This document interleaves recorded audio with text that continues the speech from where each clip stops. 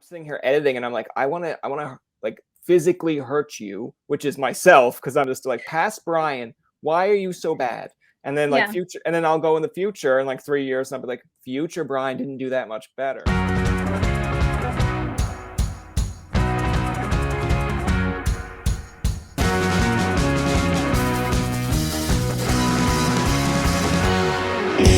Sarah, I believe the last time we talked, it was almost a year ago. I think it was in July. And Yeah. at that point, it was just like in the pandemic. I believe we're still we're still in the pandemic per se, but I feel like we're getting there. We're getting closer to the finish line, maybe. Yeah. Let's hope. Yeah. Everything it's been nice this summer. I feel like this summer has kind of felt more like a real summer, as opposed to last year. But yeah, last time when we talked, I remember I was living at my parents' and I did the interview with you on a mattress in my parents' laundry room because I was crashing there. So things have gotten better because it doesn't look like you are in that situation anymore. It looks like you are in a really good lit room there. Yeah, I'm in my apartment back in Toronto now, so it's nice Oh, to be nice. back. Yeah, yeah. I want to ask this because I know we're going to go into, of course, the music video, your new music, all that. But like I tell people, this is a weird kind of Q&A in terms that it's not an actual standard Q&A. We get into all sorts of things on this episode. I want to ask because I noticed when I'm following you on, I believe it was on Instagram that you posted, and I believe it was a story that you were out on Sea-Doos and you got stuck out on a Sea-Doo, I believe. Tell me a little bit more about that story because to me, reliving that, like I have nightmares about that where I'm like, I can take it if I'm on land and a bike breaks down. I'm like, I can walk this, that's fine. But a Yeah. Sea-Doo, like, tell me. It's a bit embarrassing and it hurt my pride a little bit, but I'll tell it, it's fine. Um, so the summer before, as I was putting the Sea-Doo away for the year, I sucked up some stones into the motor, which, that's like, you're not supposed to do that. And I did everything you weren't supposed to do, even though everyone told me not to do what I did. I revved the engine instead of just shutting it off. Because, you think when you're on Yeah. a snowmobile and you get stuck, you rev the engine and then you go. But with Sea-Doos, if you rev the engine and there's rocks on the bottom or anything, it sucks it up. So that's what I did. So that winter, it was in the shop all winter. And then this summer, 2021, I took it back out. And I think it was my second time riding it. And I was with my girlfriend and we went out to this island. It's like a 5-minute Sea-Doo ride from my parents. And we had been turning it on and off because we were looking at fish. There's really big carp, they're called, in this Okay. really shallow water. So if you turn your Sea-Doo off, they'll swim right up to you. But if the engine's on, obviously they'll be scared and they'll swim away. So we had the engine turning on and off and on and off. So I was switching with her to let her drive, and she kept trying to turn it on and it wouldn't turn on. So it wasn't that wavy and it was nice outside, thankfully, but it just wasn't turning on. And I'm like, this is so dumb because I just had it in the shop. Like it should be like brand new. And yeah, she's kind of a city person. So it was funny. She was like freaking out and we were in the middle of the lake and we just kept drifting. And I was like on the phone with my dad and one of our neighbors had to come get us because my dad's boat wasn't even in the water yet. And it was hilarious. Like we had to get towed back by this little boat and it took us almost an hour to get home when it should have only taken 5 minutes. Yeah, I want to ask because, like, I've been on ATVs, and like when it doesn't start, you're kind of like, okay. But I'm going on trails here in Newfoundland, and it's like, okay, I imagine if it breaks down, I'm like, okay, I'm kind of screwed because it's like you got to call someone. They're gonna be like angry and annoyed, and you're like, hey, if this was you, let's put the foot on the other or like whatever here. But I just look at it and I'm like, you're in the sea. Like, there's not really a place where you can just be like, I'm walking off here. It's like, I'm God. I'm going to walk on water. So, like, Yeah. do you ever, like, were you panicking? Do you ever, like, have those flashbacks? Because even now, when I have, like, a traumatic moment, I look back and I'm like, yeah, maybe not. And they're like, it's been 20 years, Brian, let it go. I'm like, no, it's still, it's still traumatic. We were definitely thinking about scenarios, like what would happen if either of us didn't have a phone. Like my girlfriend didn't bring her phone, but I did. So I was able to call my dad. But if we didn't have a phone, we were just thinking Like we would have to swim back to this island, which the water was still a bit cold because I was just putting my sea in, and we probably would have been really cold. And I don't know how we would have dragged the sea back to the island, but we would have been there in bare feet for the night and just like had to sleep in the woods. My girlfriend was also like, yeah, we should wave down these boats driving by. So she's like trying to wave people down, and no one was close enough to see us.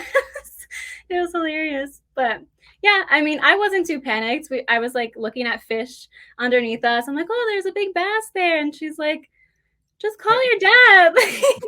Yeah, like this is kind of relaxing. It's like We could eat no. that if we had to. I want to ask too, because now we've discussed this in the past, but just for those who haven't checked out that interview, and like I said prior, we'll get into a little mixture of the both. But like I like that we did this by video this time, because now I can actually kind of rub this in your face a little bit. But like, what is this? Is this a Carleton communications degree? Oh Oh, dear. And where did you go? You went to Ryerson? me? Yeah, yeah.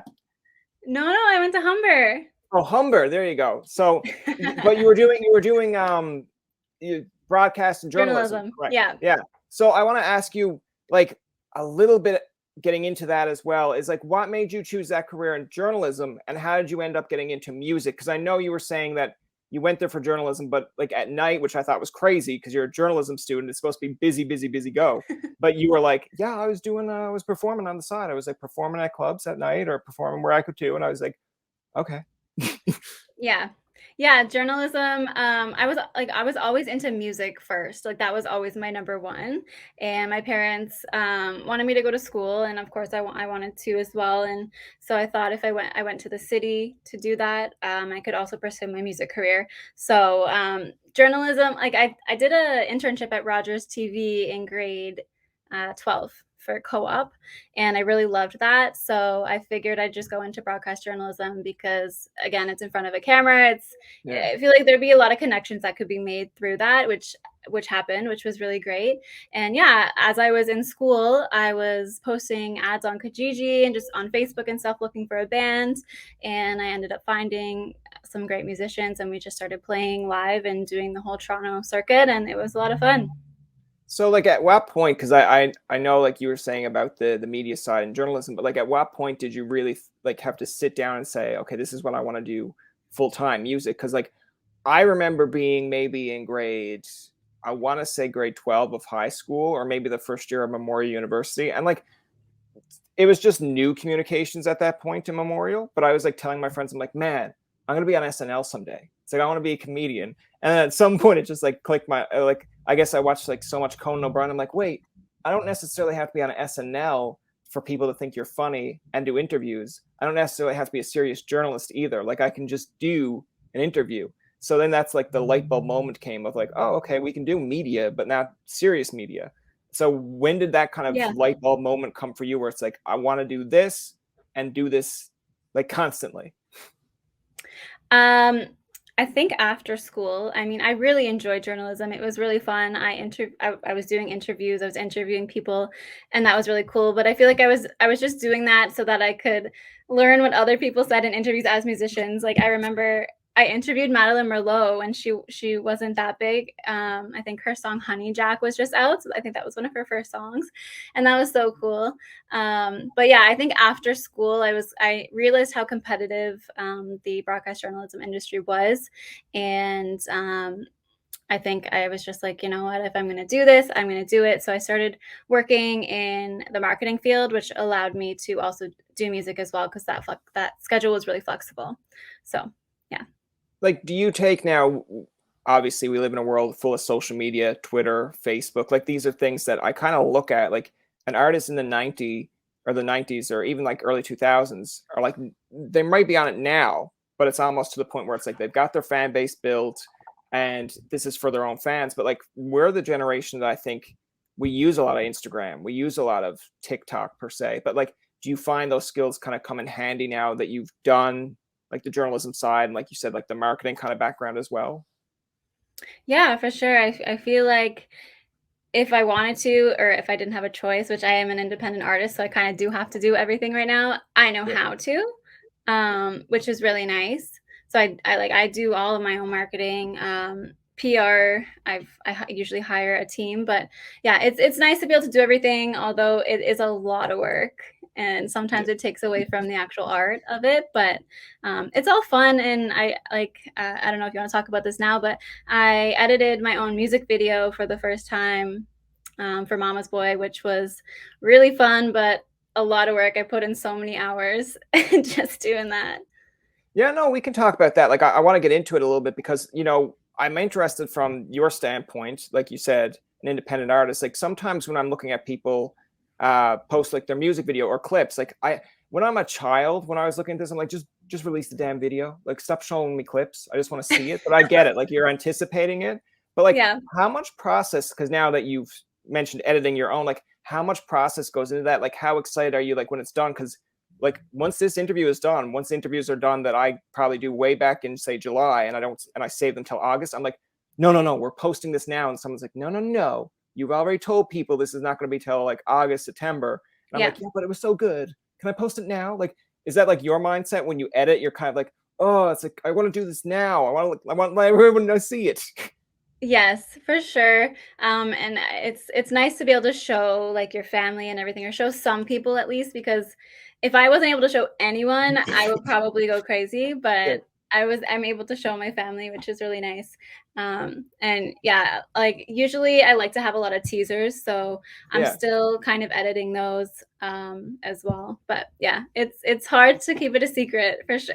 Yeah, I was just about to ask, like, are you a person like, because I know when it comes to Christmas time or birthdays, I'm the type of person, I think Instagram has like jokes and stuff about this, but it's like I will buy someone a present and then like instead of like, their birthday could be like 3 weeks away. And instead of just being really cool about it and just being like, oh, give it to them on their birthday, I'm like, hey, guess what?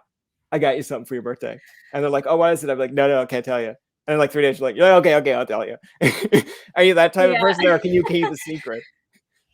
I think I can keep the secret, Oh, okay.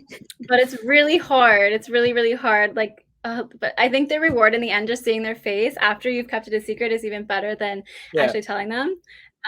My boyfriend actually did that to me on my birthday this year for my birthday present.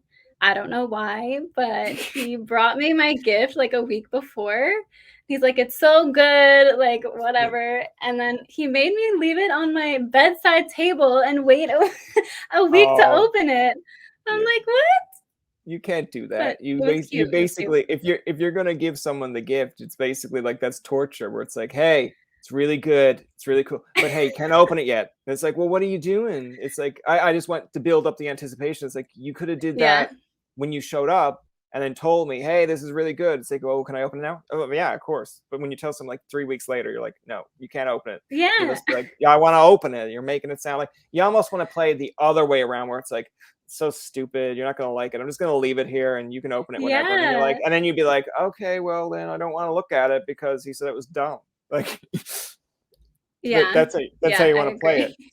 I want to ask because now when you said about editing the music video, like take me through that process because I know editing podcasting. Sometimes you're sitting there like I've gotten better. There was one time that I would sit there for a complete hour and edit, and then I find in the next 30 minutes of the interview, you're kind of like, oh, like I've been sitting here forever. Like, so tell me a little bit about the editing process for you. Like, are you excited to edit it? Are you more or less like, do you have to get in the mood to edit it? And walk me through it.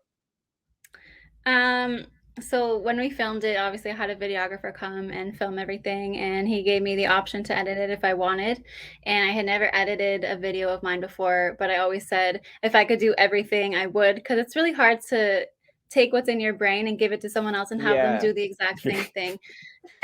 So I was happy to edit it, but I ended up taking on a lot more work at the exact same time. So I didn't have as much time as I thought I would.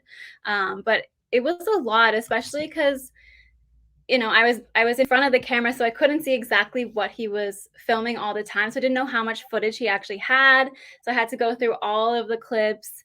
Plus, I had to buy like a hard drive because the files are so big, which I didn't really take into consideration.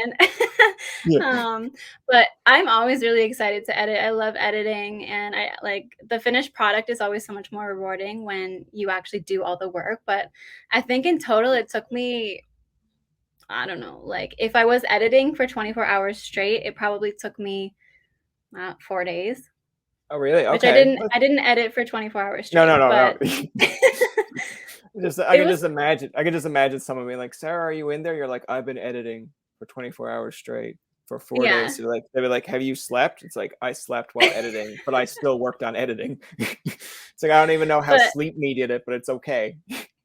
yeah, and in this video, we did, like, a little skit at the beginning, so it wasn't just the video and, like, the song, it was also getting audio and getting random little, like a phone call or phone ringing, and just doing all of the audio as well and making sure, like, all of our voice clips and everything matched up too, so it was a lot. Yeah, yeah. I can imagine like you probably have more of appreciation, like any artist out there or anyone who like for me for podcasting, I know when I first would get someone to edit stuff, like you said, it's your own vision in your head that you're trying to give to someone. And it's not like you're like tormenting them or trying to be mean, but it's like they'll come back 3 hours from working on it and you're just like, not really what I had in mind. But at the same point, it's like they just worked 3 hours on that. So like Yeah, that's a slap in the face. So it's almost like yeah, thanks. Like I'll use it or I'll find a way to use it. But at the same point, I'm gonna try this at my own hand. If I fail, I fail. But if I'm successful, it's just something to add to my resume or my repertoire of like, hey, I actually edit my own stuff as well. yeah. I always found it really hard to send feedback back to someone who's edited my stuff because I feel like I always send so much and I'm so picky, as a Yeah, lot of people probably are. But I'm like, I know you worked so hard on this and it's been taking you so long, but can you just change like all of this?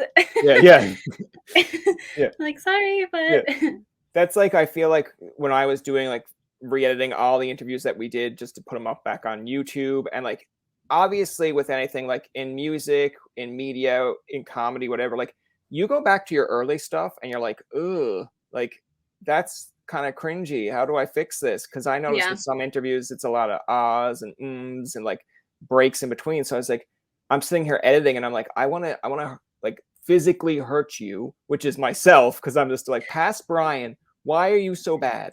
And then like yeah, future, and then I'll go in the future in like 3 years and I'll be like, future Brian didn't do that much better. So you're always improving, but I feel like it's easier to kind of say that to yourself than take someone else's side and be like, why are you not better? yeah, for sure, for sure. Yeah. The other thing I want to mention too, because now the song is called Mama's Boy. I want to ask why? Like, what was the reason behind it? So it's kind of a loaded question, but the I got the song gun. I've got the gun. the song is basically about a past relationship, as all songwriters write about their experiences and just the struggles that we went through as a couple. Um, Obviously, my ex was Punjabi, so there were some cultural differences between him and I. And yeah, it was just about such some struggles we faced in our relationship. But the song itself, like, is a Punjabi country collaboration, and I've kind of just mashed up the two genres. I'm really excited about what I'm doing, and we don't really know where it's going to fit into a genre at the moment, but we're kind of calling it Desi pop country, Okay. and I think it's really cool. I think collaborating with the Punjabi music industry is a really cool thing. They have a lot of similar topics that we talk about in country music, like farming, trucks, all that stuff. Oh, So I really? think, Okay. yeah, I think it could be really cool to kind of see more Punjabi artists in the country music industry. So that's kind of what I've been doing. Nice. I actually had that question for you because I noticed on your social media, especially on Instagram, like when I first stumbled across it, I was like, I know some of her for country music, but I was like, okay, now it's kind of like Punjabi-ish. Like, Yeah, and some of the, I think it's like some TikToks and Instagram, like they all wave together at this point. But I believe you had like an Instagram or TikTok where you're talking about like when it was like when Punjabi people or like when you go to see the Punjabi family and they don't know or they don't understand that you actually are learning Punjabi, so you kind of know what they're yeah, talking about. And I was like, that's kind of funny because I can imagine you going into like an Italian family or French family, and they're like speaking all the French or Italian, and then you're just like, I'm picking up on this, like I am learning this, but like. Tell me yeah. how it came to that process where you wanted to learn the language. Was it just because of the relationship? Was it just because you were like, oh, well, this is like another language that is interesting to me, and I'm interested in doing this kind of music. So yeah, it might be good that I learned the language. Yeah, so I've actually been fortunate enough to connect with a lot of Desi people in the past couple years through work and social media. So not only was it the relationship, but also just kind of being around a lot of those people and just going to certain celebrations with them. The food is amazing, the music is great, and then obviously the language, the Punjabi language, I really, really loves, and I've always wanted to learn a second language. So I started taking lessons. I've been taking lessons for a year and a half, and I loved it. And just kind of naturally, I started listening to the music as well. And I just thought of the cool idea to kind of just start making the music too. So yeah. Now, this is going to be like a very, I guess, Canadian side of question here, but like, we have hockey night in Canada. Have you ever sat down, watched hockey night in Punjabi, and like tried to be like, oh, I understand some of this? Yeah, I actually have, Oh wow. because it helps. Yeah, we'll be up with my parents and we'll see the station where it says like Hockey Night in Canada Punjabi Yeah. edition, and I'm like, Dad, put that on. Like, let's see if I can understand Yeah. what they're Yeah. saying because he knows the hockey terms and stuff, and so do I. So yeah, sometimes I'm like, oh, he said that. Oh, he's Yeah. saying like he shot the puck in the net, he got a goal, type things like that. So yeah, we have actually watched the Punjabi edition of Hockey Night in Canada. Yeah, because I mean, we've had Harner Runner sing on in like a really early episode when we were starting the podcast, and he said there are certain translations in Punjabi that don't come over to English, and then Yeah, they had to make up ones. Like I think it was like instead of yeah. Penley box, they have their own term of like I guess it was like a box of torture or punishment box. And I Yeah. was like, oh, that's interesting because like now when you go to speak to someone in Punjabi and they translate that to English to you because they could be learning English, they're like, oh yeah, he got sent to the punishment box. I'm like, I like that a lot better than Penley box. I want to keep that one. Yeah, that's what's really hard about learning another language is a lot of the words don't directly translate. So, especially when writing music, it's really hard because for Mama's Boy, I wanted to, for the second half of the chorus, I wanted it to be the exact translation of Yeah. like the first half of the chorus. And it was hard because some of the words don't directly translate. So it's challenging. Yeah, I think it's like it's funny because when you stumble across it on social media where it's like when someone is learning English and the amount of times that there's like there, and then it's like they want to blow their brains out when it's like, how come when we do English to French, there, and there are all different words, right? Like you've got Yeah. two is one, and then vous is more than one, but it's still you, but it's plural. But we've got like, yeah, no, we just call it you as in you like one person or you, and they're like, but you're saying it the same way. I'm like, yeah, but you got to understand. It's like there's sentences on social media where you read it and you don't even understand how you read it because there's read and read, and it's like if you read like read, then you read as read. I'm just like, I understand that. You bring that to someone who's learning English, they're like, I'm never getting this. I'm never getting this. I'm like, I know. Yeah. Yeah. Punjabi is like that as well. Like my teacher teaches me, he'll take 1 hour lesson one day, teach me like everything about a certain word, and then the next lesson it'll be like, okay, same word, but like just different word. Like Yeah. same meaning of the word, but just like use it in a different way. And I'm like, what the heck? Like Yeah. Yeah. it's so hard. So, like, I want to ask because I'm interested in this topic. There, when you're writing now, obviously, when you're writing music, and then I'm guessing you do like the English side first, try to translate to Punjabi. But now, as you're learning Punjabi, you can kind of mix both of it together. But like, do you find times where it's kind of frustrating because you're like, how do you not have this word in Punjabi? It's like, well, let's make it up. And it's Yeah. like, no, I want to know I want to know what else I could use. So, yeah, the other side of that is also I like to rhyme a lot in my songs, and obviously, like, it sounds a lot better when words rhyme.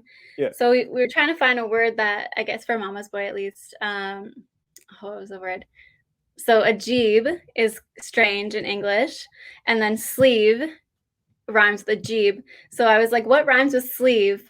There's something up your sleeve was the lyric, and we're Yeah. trying to figure out like, what rhymes with sleeve. Like, what could we put in the first line? And I've written both Punjabi parts of accent and Mama's Boy with people who are native Punjabi Okay. speakers, so they're able to figure out the words. Yeah.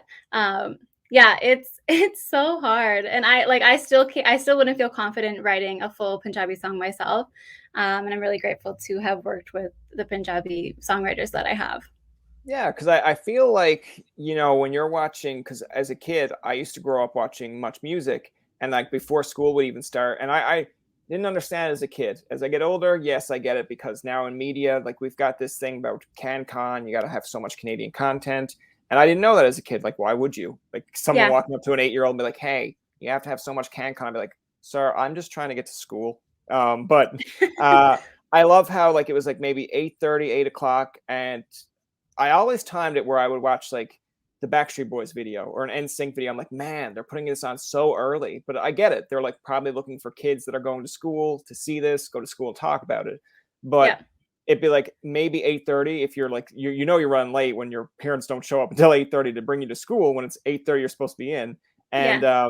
it'd be like French Kiss would come on and I'm like, okay, let's see what all this is about. It's like it looks very weird for the intro. I don't know if I should be watching this, but then you'd have like French rappers, French artists. I believe one time they put on like Celine Dion when she was singing French, and I was like, I only know Celine is English. I was like, this is groundbreaking stuff for me. So, like, I guess in a sense, when they're doing their thing, obviously they're known to be French, and if they have French writers to make sure that they're making sense of it all. But like, yeah, I like how you said that because you have Punjabi people or native of that language that help you. Because I can imagine if you went out and didn't have anyone back check this, it's like I don't think she understands what that meant when she said Yeah. that. Yeah, and it's still really hard for me. Like I'm sure there's still a couple mistakes in like the pronunciation of some of the words in Mama's Boy, just because my tongue like is Yeah. not used to moving in that way, and so it's really hard. It's almost like you have to relearn how to sing in a different language with a different accent. Yeah, it's like learning French. Like I know we have what we call Newfoundland French, where it's almost Yeah. like I believe it's like comment appelle too, but like people will say that perfectly with the tongue and everything. I'm just like, man, in Newfoundland is probably like comment appelle tout ba, and then just like, why did you add by to it? It's like we're Newfoundlanders, we add by to everything, and it's like it sounds kind of aggressive. I'd be like, it's not aggressive, bye, and then they're like, see, that's aggressive. I'd be like, oh come on. But yeah, I give you like props for that because I look at it in a world where a lot of artists when they're trying to just make an imprint or like try to find to stand out from every other artist because it's hard, especially in a world now where it's like you come across your Facebook or Instagram and then you see sponsored ads because I don't think now I could be wrong here, but back in the day you'd go out and see a CD or a commercial of like, hey, this is a new artist or there's channels for that. We don't have that anymore. So people are Yeah. stumbling across it through Facebook, Twitter, wherever. But I give you credit because you're trying to create almost in your own little like realm or your own little identity here as like, okay, this girl is country, she's Canadian, and she's trying to bring in like Punjabi country Canadian and like make that a genre. And you look, some people be like, that's never going to be a thing and that's never going to be genre. I'm like, excuse me, I don't think people expected pop punk or like pop rock and that's a thing or like pop country. It usually, if you went to someone back in the day and was like, Garth Brooks is country and pop, they'd be like, no, he's simply just country. And now you look at the landscape now, it's like, I don't even know where you'd put in a Thomas Rhett or a Luke Combs or a Florida Yeah. Georgia Line. Like, I grew up Yeah. thinking Rascal Flatts was country, but now some people, if you ask a 16-year-old, they're like, yeah, no, that's like soul country. I'm like, fair. That's like old country. Yeah, yeah. I'd be like, how dare you call Rascal Flatts old country? And then they'd be like, I'm really into the Luke Bryan. I'd be like, steam coming Yeah. out of my like. I'd be like, I like Luke Bryan, but come on now.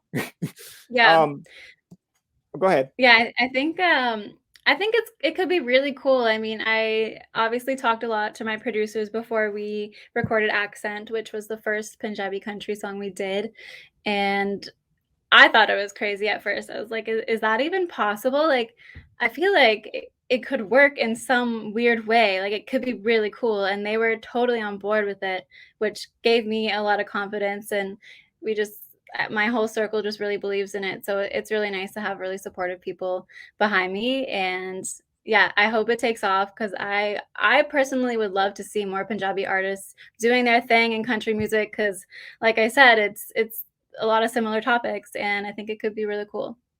Now, I guess like not to get too in the weeds here, but I know like with Canadians, for say like with country music, with our genres, whether it's pop, country, whatever you want to call it, like I find maybe Canadians maybe like embrace it a bit more. Like now I could be wrong in that sense, but I just feel like, you know, if that was trending on a CMT here in Canada, or if that was like comes across a sponsor on Instagram, like there's going to be Canadians out there because kind of like the melting pot here in Canada, where it's like you could get someone out west that's like purely English, but has a Punjabi neighbor, or you know, grew up with school in Punjabi, and be like, message their friend, like, did you know about this artist? Like, we can both relate to this, or we can both talk about it. And I think that's kind of cool because Yeah.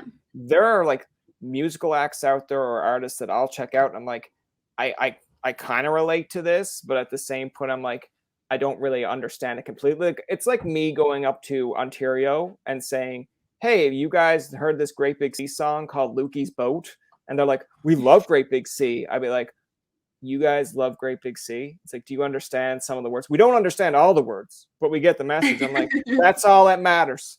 So I feel like Yeah. that's kind of the trend that you want to see. And I agree with you. If you had more like French Canadian acts, more Punjabi acts. I know we had a girl on from Newfoundland that's Indigenous, and I think she was up for like an Indigenous Artist of the Year down here. And I'm like, that's cool because it gives you more exposure. So imagine if there's like a Punjabi Artist of the Year or Punjabi like Canadian Artist of the Year, and you're like, I'm nominated. It's like, cool. Like this is actually becoming a thing. Like I guess that's my own world, but do you ever think of Yeah. that kind of stuff?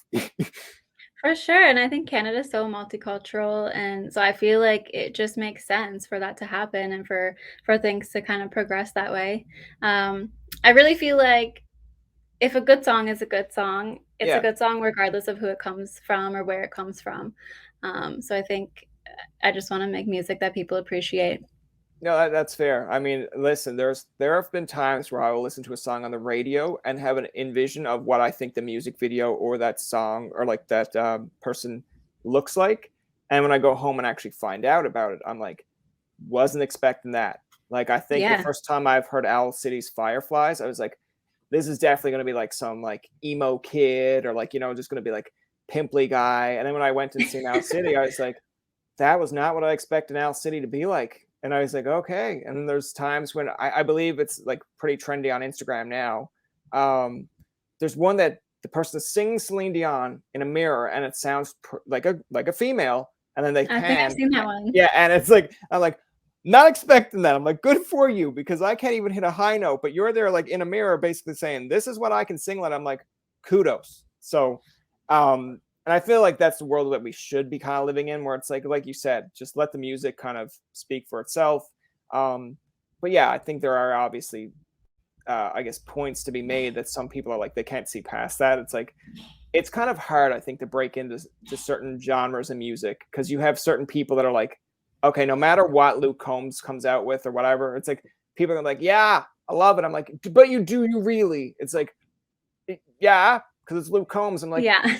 all right, fine. But yeah, like we've actually had some of like we had Robin Ottolini on in the past, which you're really good friends with. And Mhm. it's funny to see like the Canadian kind of side of things, where you will have an artist on that someone else knows, and then they will retweet it, reshare it, or be like, yeah, I know that person. I'm like, yeah, it's a very small community, but it's nice that you're all kind of supporting each other, even though Yeah. in some cases you could be competition. But it's like, hey, if they succeed and they give me a shout out and say, listen, like this is a good artist you can check out. It's like it's all relative. Yeah. Yeah, I agree. I think the country music scene is all very supportive. Um, and yeah, I've even texted Robin sometimes about like certain TikToks that I want to post, just asking like, should I post this? Like, is Yeah. this cool to do? Because we're both just kind of like doing the thing, and she's not afraid to be out there, and so it's really cool to have Yeah. someone like that. It's funny when you mention that, because I like when you said that she is out there per se, because I think she had mentioned in her interview that and it wasn't even our interview. I think it was one of the first ones that she did, of course, about the song F-150. And she like said in an interview she had told the boyfriend's actual plate number. And I was like, okay. And she's like, I don't even know why I did that. She was like, I was just mad. I'm like, it's okay to be mad. I'm just like, you're young, you're learning these things on the fly. But she's actually coming to St. John's And I was actually kind of excited because when you look at her Instagram posts, I'm like, man, she is traveling a lot. And this is Yeah. like post COVID, where it's almost like the label or her record company, whatever it is almost like, all right, we're free, go, go Yeah. do what you got to do. Yeah, like, Yeah, yeah. yeah. I want to ask though, because now that we're kind of getting a little bit out of COVID, like tell me, how did you handle the COVID situation? Like I know people have, some people really into like, okay, I got to do a lot of live streams just so people know I'm still here. Some people took that as Yeah. if to say, I'm relaxing, this is great. Like, what was your kind of process during COVID? I think it was a bit of both. I know I did a lot of songwriting and recording, which was nice. I was still able to go to my producer's studio because it was at his house and he was able to have the COVID precautions and everything like that. So that was really good. And we banged out a lot of songs, which was nice. So I feel like I really focused on the songwriting and the recording part of it. I did do a few live shows at the beginning. But yeah, I think just even trying to keep up with content and staying motivated and just like keeping sane was really hard. So kudos to everyone that Yeah, just held stuck in there and yeah. just did their thing. Like, because I want to ask, like, in the mental health side of things, and like again, you don't have to answer if you don't want to, but I know with people with mental health, like there was that kind of like a bit of panic. Like I've had friends that had, they were comfortable with their job. It wasn't like they were losing their job, but they were like, man, I have kids. We can't go out and do this, or like, I want to go see a live concert. I want to travel. I feel caged in. I'm like, I don't know what you're complaining about. I'm like, this is me 24/7 anyway. And they're like, yeah, but you're a Yeah. loser. I'm just like, well, thank you. Thanks, mom. But Oh no. but um like, did you ever have those moments where it was almost like not to a breaking point per se, but like sometimes you're like, okay, like I'm doing whatever I can here, but I don't know where this is going.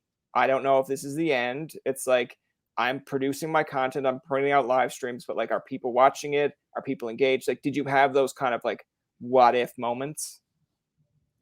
Not really, because I think my real passion is recording and like singing and songwriting, but I was working a job from home just to kind of keep the income flowing, Yeah. and that was quite draining. I always thought I wanted a work from home job, which is great for a little while, but to do it for a whole year, just sitting on the computer all day and then also having to sit on the computer and edit videos and like just be on the Yeah. computer all the time.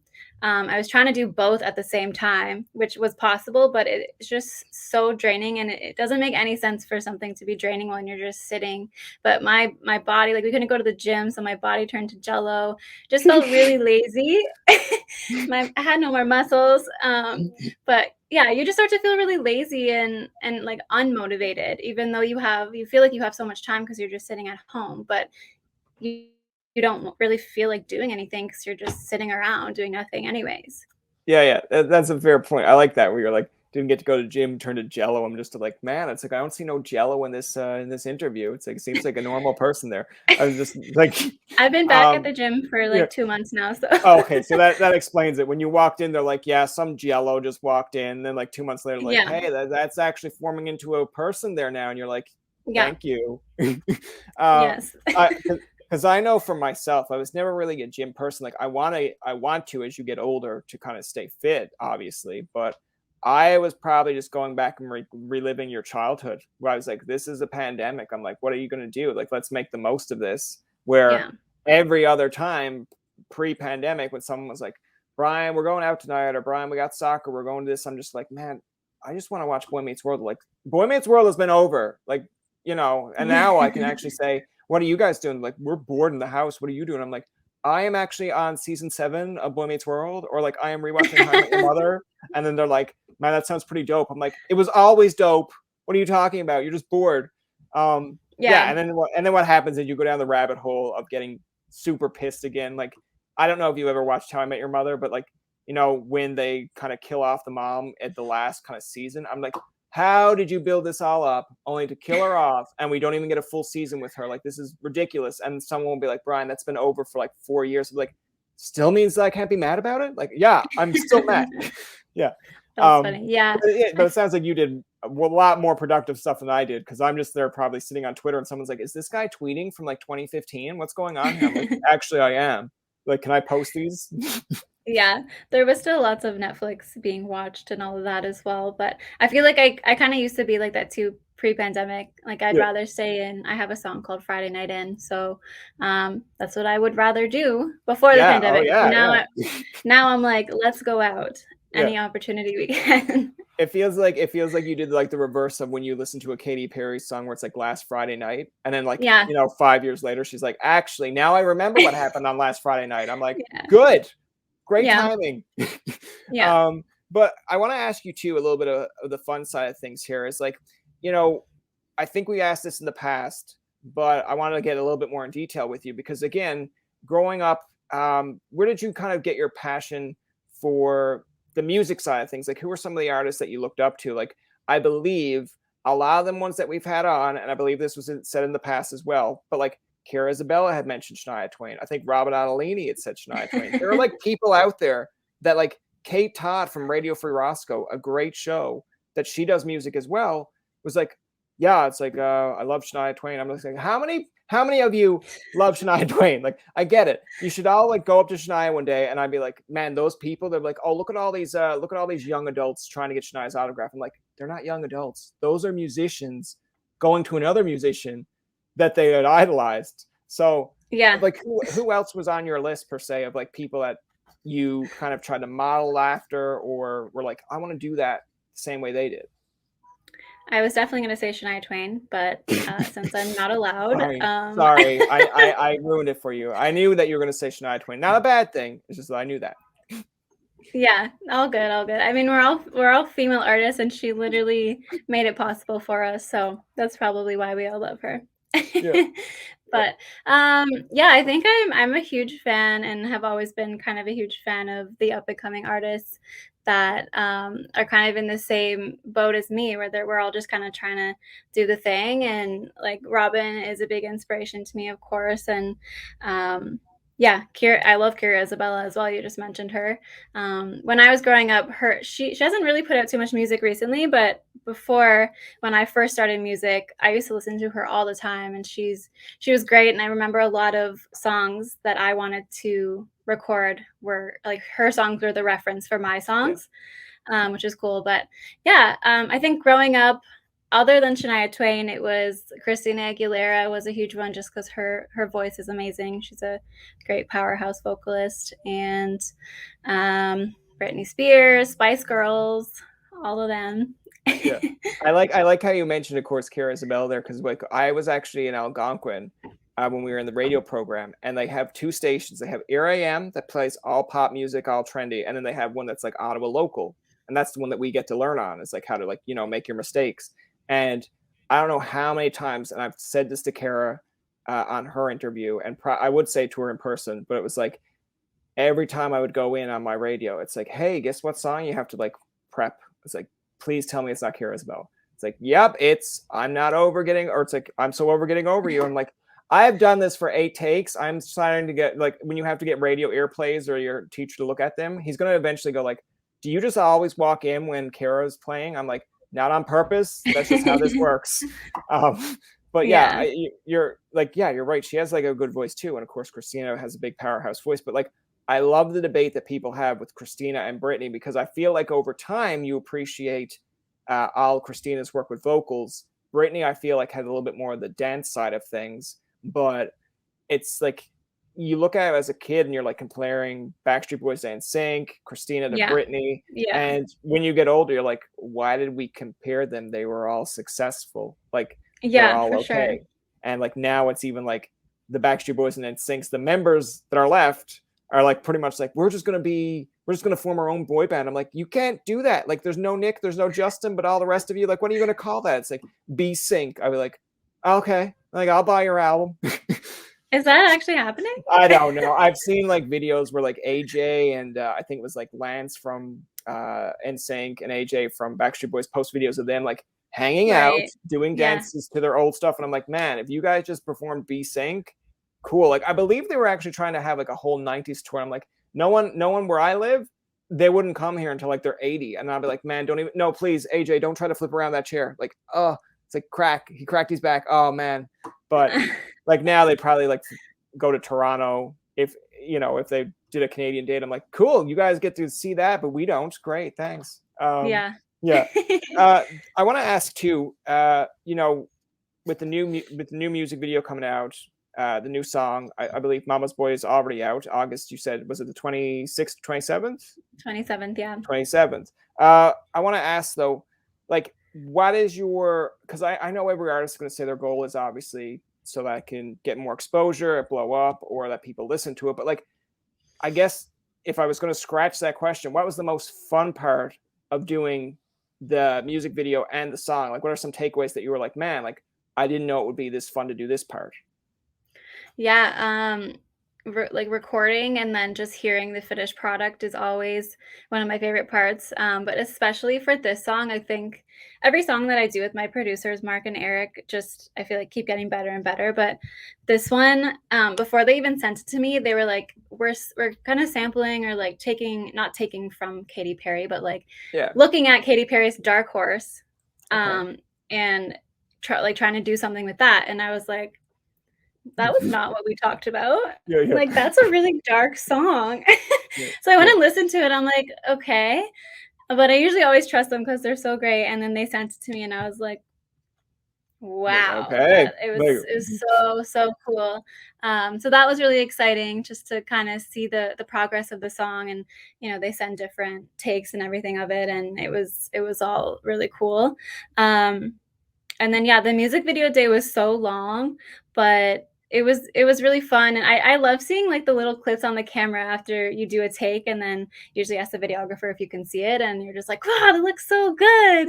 Because the camera is usually such good quality, and it just like makes you so excited to edit and see the final product. But my whole team for the music video was really great. And it was really nice to work with like almost an all Desi team as well. So that was cool. I've never actually worked with like a Desi videographer or team like that. So that was really nice.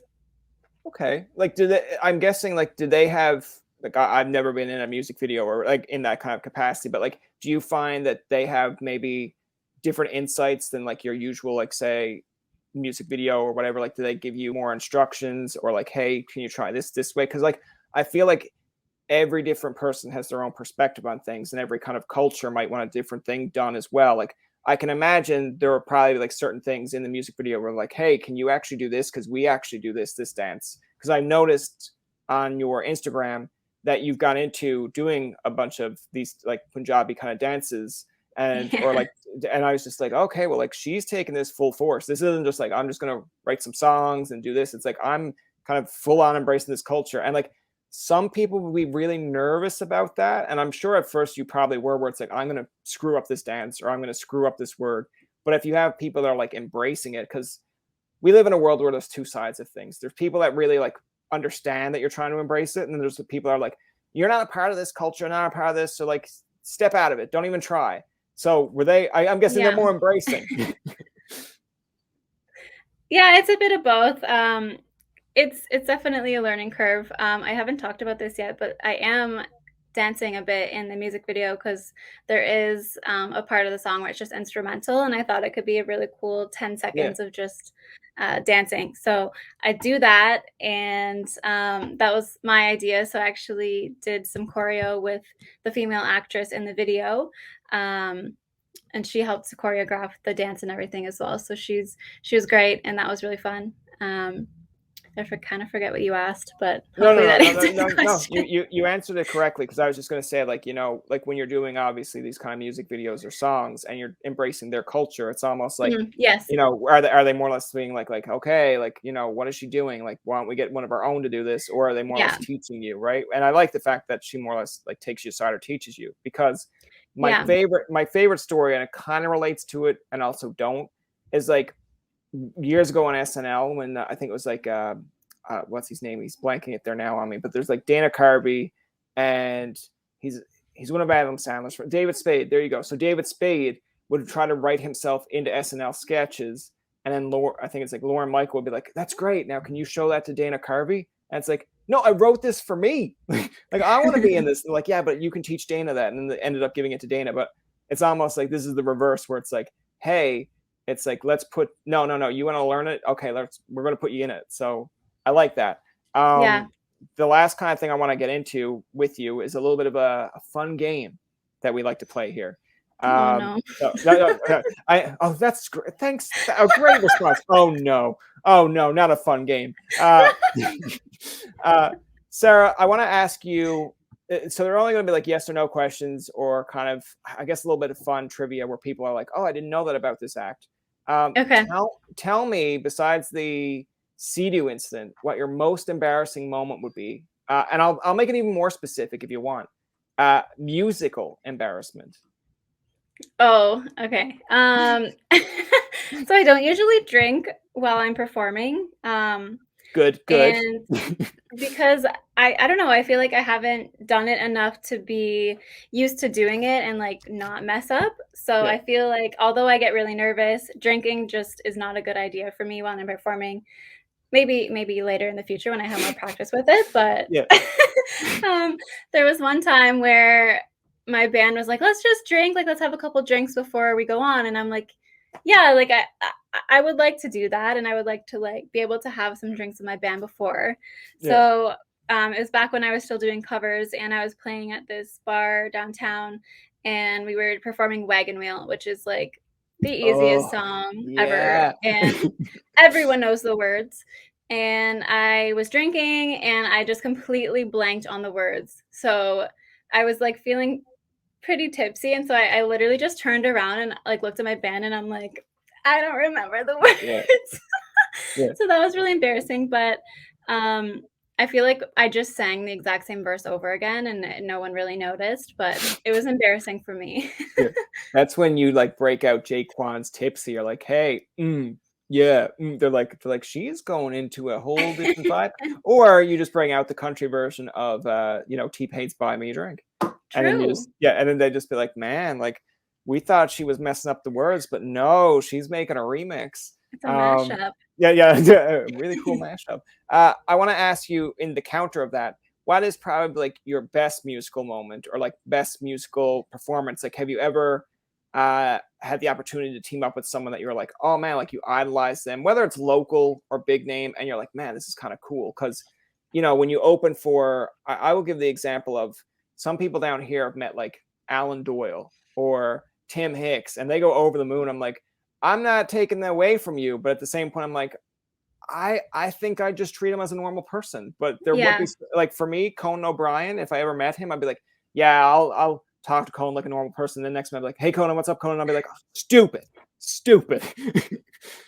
Um, I feel like this doesn't really have anything to do with my music, but I used to be one of those people who were like a celebrity chaser.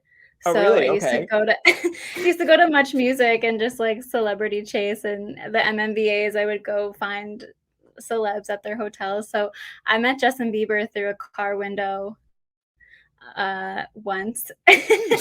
So that was fun. Yeah, you should have been like, Justin, next feature over here, and then he'd be like, sure, and Yeah. you'd be like, nailed it. Yeah, uh, it was when he was very, very young. yeah, I feel like there was a time when actually I have two friends when he was down here in St. John's, which kudos to him because acts usually don't come through here. But they were like, man, like we went to see Justin, and like we were yelling out to him when we got backstage passes, and he wouldn't turn around. And I'm like, and they're like, oh, he's so mean. And I'm like, or try this on. He's 15 or 16, and he just performed on stage, and he's basically like, God damn, like, can I have some alone time or relax time? I'm like, Yeah. not everything is bad.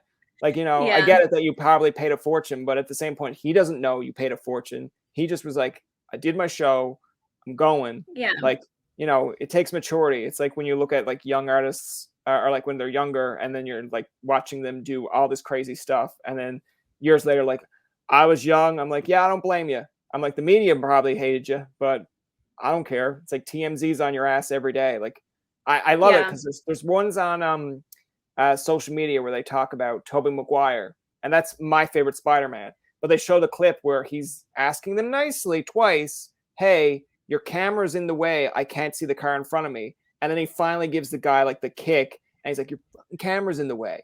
And then it's like, you know, that's going to be a headline where it's like, Spider-Man loses his temper. I'm like, actually, no, Yeah. he was pretty calm about that. Yeah.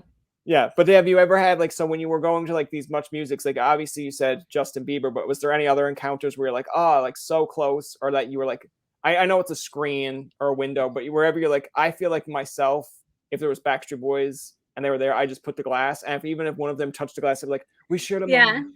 That's what we did with Justin. But Yeah, we shared a moment. there was one year, I don't know if you remember Girlicious. Yes. But I was a huge fan of them. Like I used to talk to them on MySpace and be like, "Oh, they know who I am," Yeah. even though they probably didn't. But I like right on their MySpace feed. And they were at the MMVAs one year, and I was so close to like touching them or whatever. But I took a picture, and I went home that night, and I realized in one of the pictures, Nicole from Girlicious was like staring right into my camera, and I thought that was the coolest thing ever. Yeah. I'm like, wow, she was looking right at me on my camera. I got that picture. She wasn't looking at anyone else. Yeah. That's so funny. I like that you mentioned MySpace, because there's going to be a generation that listens to this and it goes like, what the hell is MySpace? But I'm with you, because I actually, when I was younger, I wrote to Scouting for Girls, which was a UK band, because I used to always hear them when I was working at like Athletes World. And then there was another one. I don't even know if we have an Athletes World anymore. But then we had a 10-second epic, which was in like, they were doing songs with Lights. And I think I wrote to both of them. Lights never got back to me, and I was like super bummed, because I was like, I love Lights. But 10-second epic came back like, man, thank you for writing us. And I was just like, I took it, printed it, and put it on my wall. And then when my friends would come over and be like, I am super cool, look at this. And then that's when they were like, yeah, you're never going to amount to anything. I'm like, well, now who has a podcast? Yeah. I used to do that too. Like my whole door was covered in posters, and I used to print off like little things that they would write back on my wall. Yeah. It's so, like you look back at it now, you're like, I think I had this discussion with Sally from Monowheels, and I mentioned, do you actually think it's PR or them? And she's like, that's probably before PR was a thing, so it was probably them responding. And that was confirmed when Ian Castleman from Mariana's Trench was like, we tried so hard to get on Much Music that every time they uploaded a link, we would like provide our own link. And I was like, man, that's pretty nifty, that's pretty like smart. And it's like, yeah, we used to just spam them with MySpace. And I was like, that's one way to do it. It's funny. The last thing I want to ask you before we clue it up here, Sarah, is, I know we went with the best, we went with the worst. What is something that you want to achieve like in this year or in the year 2022, which I think that's crazy, because I still think sometimes it is 2020 still. I feel like we should have a rerun where it's like, yeah, that didn't happen. We didn't get to live 2020. Can we just like not? Yeah, I mean, I would love to just get back on stage, and it would be really cool to perform my new song, since I haven't yet. And I've been putting out new songs since 2020.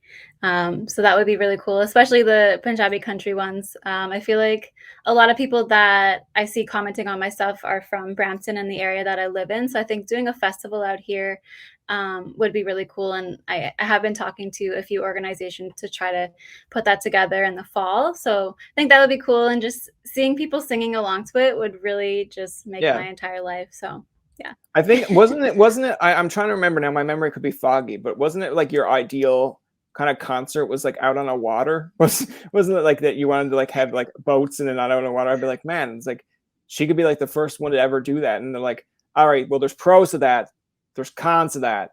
It's like, yeah, well, like anything, but if it was like successful, it's like she's gonna be like Sarah Wickett, the first like female artist that has done a concert out on the water. I'd be like, yeah, just make sure she wasn't on a Sea-Doo.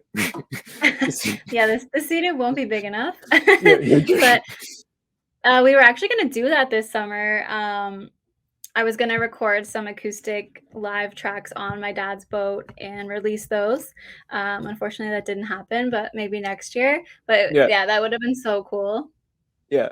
I actually give you credit for this too, because I know a lot of artists do it, but like because you mentioned a little bit earlier, and I was going to bring it up that time, but I was like, oh, like I've got other things to ask. But when you were talking about the behind the scenes stuff, like I know there was one, I think it was maybe actually after our first interview that we did, you had a behind the scenes, and I think it was just like white lingerie that you were in, and it was like posting the behind the scenes to that. And I thought like, oh, that's kind of cool, because yeah, some musical artists will post like some snippets or like, hey, let's do a stage behind the scenes. So people were like, oh, hey, this is cool. But I liked how you were like, okay, well, here's the music video, here's the behind the scenes stuff. And I think that's cool because you're obviously going to get the musical fan base that likes the music, but you're also going to get like people like myself that's like, yeah, okay, it's like great, I understand she has the music, but I'm like, I want to see the behind the scenes stuff where it's like how did things go down? Like someone like I guess a little bit more artsy is like, how did that get set up? How did they do that lighting? How did that like window not interfere with the shot? And then people are like, Yeah. just enjoy the song. I'm like, shut up, Keith. Like I'm learning here. Yeah, I feel like now behind the scenes is like a staple for me, at least. For my past 3 videos, I've done behind the scenes for as well. And for Mama's Boy, there's a behind the scenes video coming out after the music video, obviously. So, yeah, it's fun, and I feel like you get a little bit more personality, and you really get to know the artists. And not only do you get to see how the great shots were made, but how the mistakes were made as well. Yeah, and I think that's something that people should like kind of embrace more of like, hey, Yeah. everything's not perfect here. We do make mistakes, but Mhm. it's kind of funny because I think it's becoming a little bit more natural for people to post behind the scenes as well. Because like if you went to me in the 90s and said, here's a Backstreet Boys video, they're gonna post it behind the scenes. You don't get that unless you buy like the CD that comes with like some kind of feature with it, or like buy Backstreet Boys live from New York, and then they show you the behind the scenes stuff. But like now it's more or less like, hey, we just posted a music video, so here's the behind the scenes stuff. Like I think that's a benefit to the new acts, because I mean, maybe like if a Backstreet Boys or an Oasis showed you behind the scenes of like Wonderwall or As Long As You Love Me, yeah, there's going to be an audience that still flaunts to that. But it's kind of more recent artists are like, yeah, like we embrace this, like we know how to use this. It's like I feel like going to Nick Carter or something on a Backstreet Boys, like, can you show me the behind the scenes of As Long? He's like, that's on a VHS tape, and I don't know how to get a hold of that. I'm like, shut up, Nick. You just don't want to release it because you all had these stupid bowl haircuts. I feel like people would be down for that now. Yeah, even if it was on a VHS. Yeah, someone would be like, you get that VHS, you find a way to put that on media, and he'd be like, I don't want to watch that. It's like, yeah, but they do, and that's who you want to please. That's going to do it for this episode of Tobin Tonight. Our thanks to Sarah Wickett for coming on the show. Remember, you can find past, present, and future episodes on TobinTonight.com, Spotify, and iTunes. Follow us on Twitter, like us on Facebook, and leave a comment or two. For Tobin and myself, this is Jacob saying thanks for listening and good night.